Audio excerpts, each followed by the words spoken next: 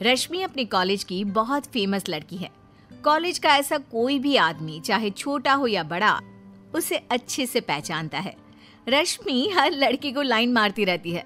उसकी नजर लड़के पर ही रहती है। लड़के उससे डरते हैं और उसे देखते ही भाग जाते हैं।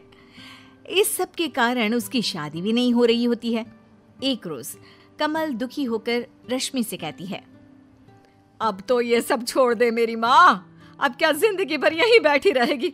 मेरे कलेजे पर सांप लौटते हैं जब कोई कहता है कि तेरी बेटी लाइनबाज है।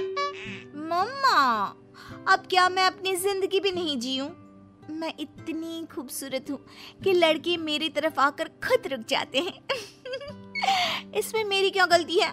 मैं इतनी सुंदर हूँ, मैं क्या करूँ? अरे भाग्य फूटे हैं मेरे। लगता है तेरी शादी देखे बिना ही मर जाऊंगी मैं। इधर कमला रश्मि को लेकर परेशान रहती है। उधर पूनम गट्टू के मोटापे के कारण परेशान रहती है।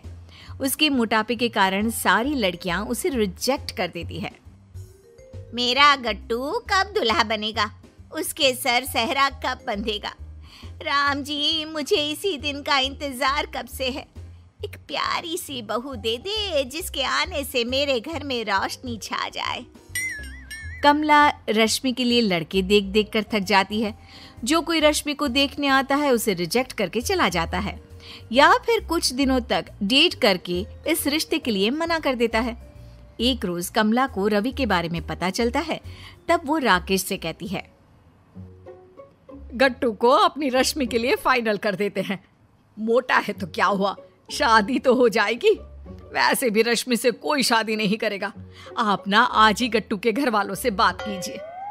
राकेश और कमला गट्टू के यहाँ उसका रिश्ता लेकर जाते हैं और पूनम रश्मि की फोटो देखकर खुश हो जाती है और उसके बारे में बिना कुछ पता लगाए ही शादी के लिए हाँ कर देती है। गट्टू और रश्मि की शादी तय हो जाती है।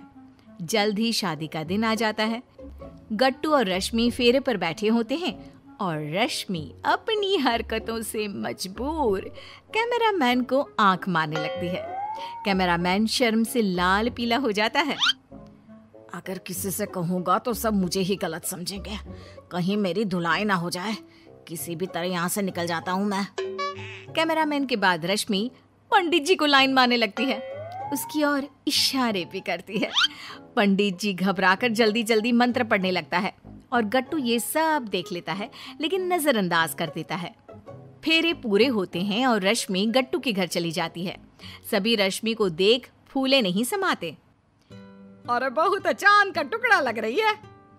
अंधेरे में भी उजाला कर दे। बहू भी तो मेरी है। गट्टू की शादी से सभी खुश होते हैं। रश्मि भी सभी के साथ काफी अच्छे से रहने लगती है। कुछ दिन बाद रश्मि अपने घर आए दूध वाले से बातें करने लगती है और धीरे धीरे उसे लाइन मारने लगती है। बहू जी, आप ये क्या कर रही है? मेरा रोजगार बंद हो जाएगा ऐसे तो। ज्यादा सीधे मत बनो। मैं सुंदर नहीं हूँ क्या? कहाँ गट्टू ये मोटा भैंसा जैसा, और कहाँ मैं कितनी सुंदर हूँ मैं। अरे बहू जी, जाने दीजिए ना हमको। दूध वाला रश्मि से हाथ छुड़ाकर भाग जाता है और अगले दिन से आना बंद कर देता है। कुछ दिनों बाद रश्मि अपने घर के नौकर नट्टू के पीछे पड़ जाती है और उसे लाइन मारने लगती है। नट्टू रश्मि से डर डर कर रहने लगता है। रश्मि एक दिन उसे भी दूध वाले की तरफ पकड़ लेती है। मेरी सुंदरता के लोग कायल हैं और तुम मुझसे भाग रहे हो। मेरी तारीफ करो ना। अरे बहू जी, ये सब हम नहीं कर सकत। ये सब सुनने से पहले हमारे कान बहरे क्यों नहीं हो गए? अरे गट्टू बाबा को हमने अपने बेटे की तरह माना है। नौकर वहां से चला जाता है और वापस नहीं आता। पूनम को कुछ समझ में नहीं आता कि ये सब लोग एक एक करके उसके यहाँ काम क्यों छोड़ रहे हैं। एक दिन पूनम की नजर रश्मि पर पड़ती है, जो घर की छत पर खड़े पड़ोस के लड़के को लाइन मार रही होती है। और ये देखकर पूनम की आंखें फटी रह जाती है और वो अपना माथा पकड़ लेती है। कहीं इसी सब के कारण इतने पुराने नट्टू भाई घर छोड़कर तो नहीं चले गए। मुझे दूध वाले से पता लगाना पड़ेगा कि आखिर बात क्या हुई। पूनम अब पूरे वक्त रश्मि की हरकतों पर नजर गड़ाए रखती है और उसे पता चल जाता है कि रश्मि के कारण ही सभी ने काम छोड़ा है। अब मेरे गट्टू का क्या होगा? वो तो किसी को कुछ बता भी नहीं सकता। ये डायन मेरे घर को निगल जाएगी। पूनम नौकर नट्टू के घर जाती है। नट्टू भाई, आपको अपने घर वापस आना होगा। मेरी मदद करनी होगी रश्मि को सुधारने में। मालकिन, हमको लगा कि आप भी हम काहे गलत समझेंगी, इसीलिए हम चुपचाप चले आए।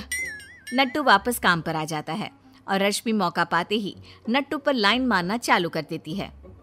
अच्छा, तो वापस आना ही पड़ा ना। अब कहाँ जाएंगे बचकर आप? मैं इतनी सुंदर हूँ, क्या करूँ मैं? अरे बहू रानी, तुमने तो हमरे सब्र का बांध ही तोड़ दिया है। नट्टू रश्मि को उठाकर एक कमरे में ले जाता है और कमरा बंद कर लेता है। रश्मि की हालत डर से खराब हो जाती है और वो रोने लगती है। ये क्या कर रहे हैं आप? कमरा क्यों बंद किया आपने? आप मेरे चाचा समान हैं। अच्छा, आज हम चाचा समान हो गए। उस दिन कहा थे हम? हाँ, अरे नहीं नहीं, छोड़ दीजिए मुझे। मुझे मेरी भूल समझ में आ गई है, मुझे माफ कर दीजिए। मेरी वजह से आपको अपनी नौकरी खोनी पड़ी थी। आज के बाद मैं किसी भी लड़के को लाइन नहीं मारूंगी। इतने में ही पूनम वहां जाती है।